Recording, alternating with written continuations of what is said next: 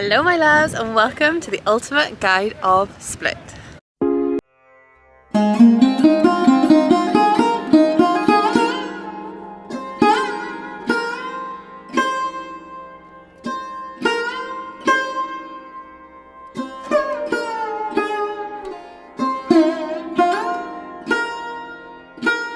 Hope you do enjoy. If you're excited, hit that thumbs up. If you're visiting, let me know in the comment section down below. If you have any other questions, please don't hesitate to ask. Reach out to me either in the comments or over on my Instagram. So to make this guide as easy as possible, I've organised it into sections and we're going to start off with my favourite, which is where to eat. So in Split there's an absolute abundance of places you can eat. They have all types of cuisine and they really do cater to everyone's needs. You can find everything from burger houses, sushi restaurants, and even vegetarian and vegan places too. Today I'll share with you some of the places I actually went to and the ones that I can recommend. However, there are so many more, so please do a little bit of your own research, walk around and see what takes your fancy and just try something out that's new. This one here is actually called Pasta. It was on the marina front and it was actually really well priced for its location. You have a view of the harbour and it's a great pizza place. Also lovely to stop for like a weekend cocktail or a coffee. So if you're staying a long time like we were, some nights you might not feel like going out, so another alternative would be to use Wolt. Wolt is an app, it's a bit like Deliveroo or Just Eat and you can order from like so many different restaurants on there. There's again loads of choice. We had a great Thai place, I'll pop the name on the screen, and we also ordered a few pizzas from another name I'll pop on the screen here because I can't remember off the top of my head, and both of them were great and I could highly recommend. But it's also got like ratings on there so you can kind of like find what you want based on like cost and other people's ratings, so it's a really good app. They also do deliver other things as well, so maybe like groceries, or we actually got some yoga mats delivered, things like that that maybe you can't find by walking around but they're on the app. So it's definitely worth using. You can also get a discount code if you sign up a friend, so I'll leave a link down below, and then if you sign up via that you get £3.50 off. And again, if you are staying for longer than maybe a week, you may want to do some of your own cooking. There's loads of grocery stores around. One I would recommend though, close to the centre, it's about a 5-minute walk out of the centre, it's called Lidl. I feel like everyone knows what Lidl is, but it's the most affordable definitely. But most of the supermarkets are actually just dotted around the town centre. If you type in Tommy or Consum, then you'll be able to find them. Next we'll move on to things to see and things to do. Obviously one of my favourite things to do here is literally just walk around the old town, exploring all it has to offer, the amazing buildings, so much history here. What I would highly recommend doing if you want to learn about that is to find a guy who says walking tour on and pay him X amount of kuna to tell you about the history, because it's such a beautiful place with so much history and it would be a shame not to learn about it whilst you're here. There's also, when you're walking around, you can literally just get lost in the cobbled streets, and I think it's quite a fun thing to do. Just spend maybe an hour or two just wandering around, seeing what you find, as around every corner there's just beautiful cafes, shops, restaurants and quirky little stores. With just so much to see. Another thing to see in Split would be the fish market. They have a local fish market every day from 6 AM till 1 PM, and they also have like a local veg and fruit and veg market where they also have some stalls of locals selling like homemade goods, maybe some honey, olive oil, which is very popular here as they grow it all themselves, and you can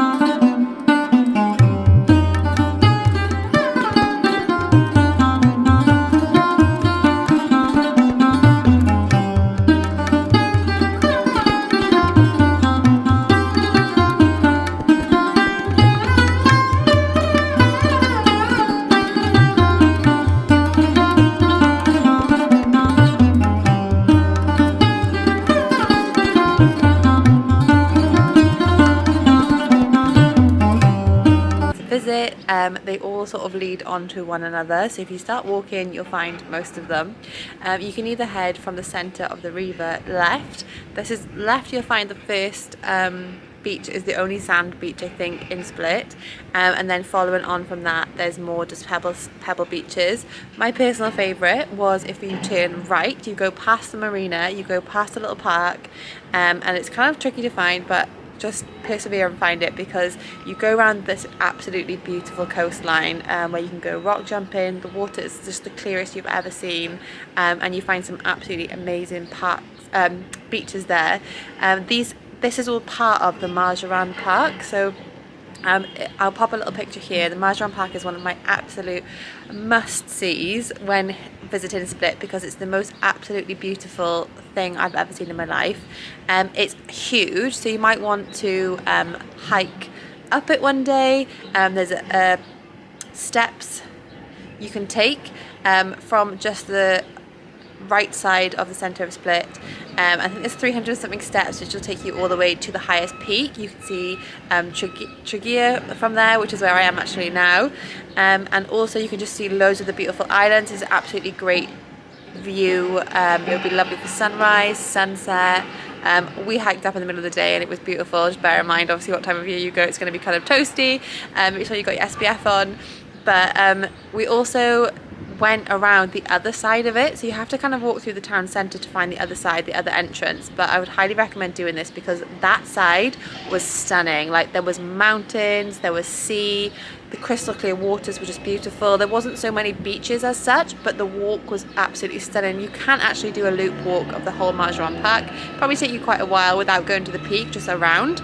But I definitely think you should do it. Get yourself a picnic, take a little lunch down there. I think there is a cafe or a restaurant down there as well, so you might not have to worry about that, but highly recommend doing that. There's also a little like workout bit in the park itself as well, or you could hire some bicycles and cycle around it. It is either foot or bicycle though. Actually, saying that, I do think there is a bus that might drop you off there, so if you aren't able to do walking or biking, then I highly do recommend just going to see it, because it's some of the most stunning views I've ever seen in my entire life. I'll try and pop some clips on the screen so you can see, but wow, you have to do it for yourself. As far as excursions go, I always think when I click on an ultimate guide to somewhere, I don't want to see trips to XXX, like all these different places. I want to see things I can do where I am, but I kind of get why people do include these things, so I have included them in today's video, just because there are some things to do which, as you are so close to them from Split, it would be a shame to miss.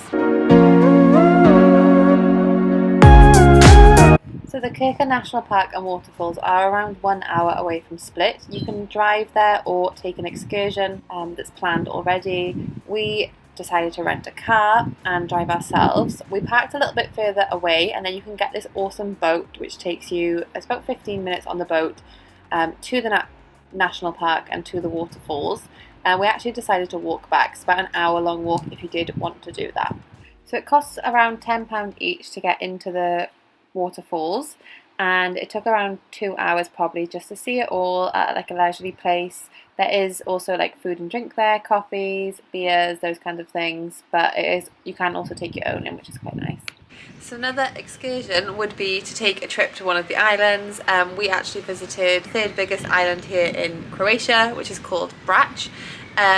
It was about a 50-minute ferry ride over. You can get the ferry, you can buy the ticket on the day, or you can buy it online on the Jadrolina, I'll leave the link here and down below in the description box, website. That cost around £8 for the two of us each way. You need to be there about 15 minutes early, but I'd say give yourself half an hour to buy your ticket and to board the ferry.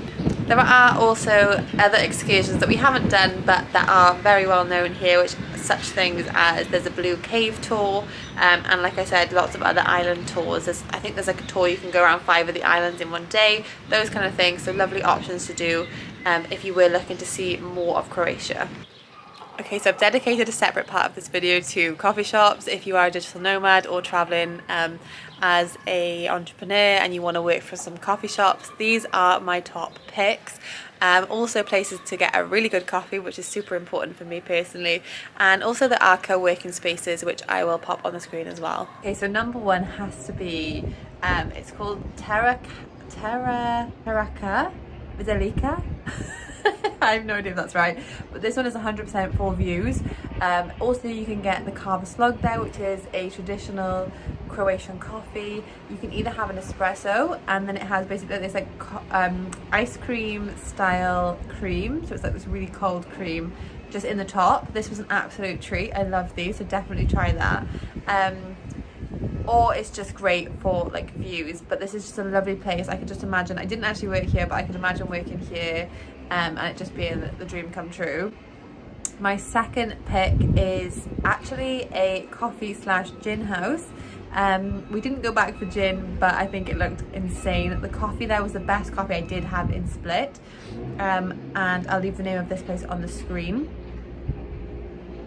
My third option is a takeaway only. This is lovely if you just want to go and get your morning coffee, go for a little stroll around the streets. This is called like 4 coffee special or something like that. It's fairly reasonably priced. It's a little bit more expensive than like your bog standard coffee, as it is more of a specialty coffee shop, but it's really cute. It's kind of quirky. When you know where it is, it's easy to find, but initially it was a little bit difficult to find. Those would be my top 3 picks, 100% for coffee shops. For me, one of the best things I actually found here was the shopping mall, which if you are obviously a subscriber of my channel, you'll know my whole channel is mostly about fashion and a little bit about lifestyle. And the shopping mall, so the Mall of Split, is probably one of the best malls I've been to in my life. I've been to some great ones in America and also in Malaysia, but the Mall of Split was absolutely just everything you need and more. And also I have to mention the Zara in Split itself was absolutely like just gorgeous. So if you don't get a chance to go to the Mall of Split, then you can definitely get a little bit of shopping done in Split itself, but I would highly recommend visiting the Zara in Split as a lot of my wardrobe has just come from there. The best way to get to the Mall of Split would either be to rent a scooter if you feel comfortable to do so, or just get an Uber. It's super easy and really affordable. There is an alternative, which is to get the free bus. It does take an hour and it's only a 15-minute journey by car, so it's completely up to you and obviously whatever your budget allows. So whilst we were in Split, we did everything by foot. We did rent a car one day. I will recommend the car company we used. It was called Luta. I'll pop the details down below in the description box, and they were really well priced, really easy to pick up. It was right in the centre, and there was just like no fuss or stress. We had a brand new car, it was beautiful, and it was just exactly what we needed.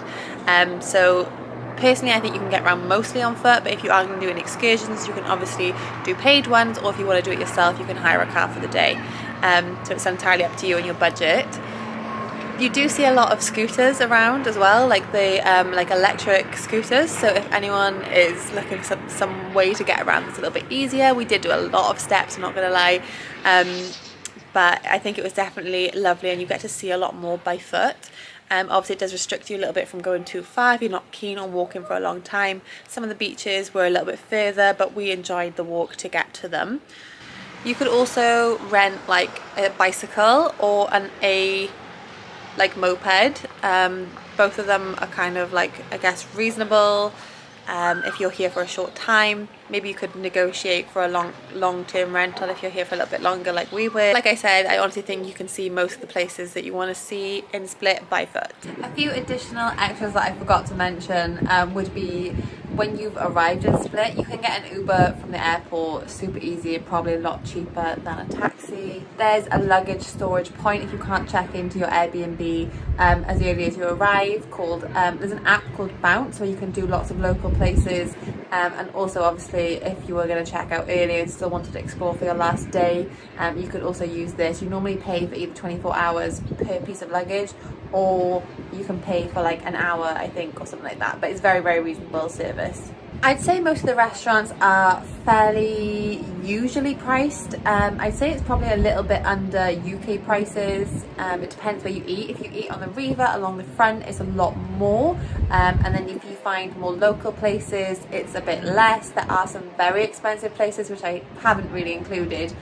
Most of the places we ate at were reasonably priced. I would say the sushi place was a little bit higher, but sushi normally is. Other things that I forgot to mention that maybe we didn't do but maybe of interest to you, if you like a night out, apparently the place to be is Fabrique, which is on the seafront just at the end of the Riva to the right. There's also a beautiful church on the front as well, right by Fabrique, which is really pretty. And there's also loads of museums. We didn't actually go to any because we'd been to London recently and been to quite a few because it was rainy. So we're kind of all museumed out, but there's loads of museums in Split to go to, especially if you're into art, history, these kind of things. Then you're literally going to be torn between which one to go to.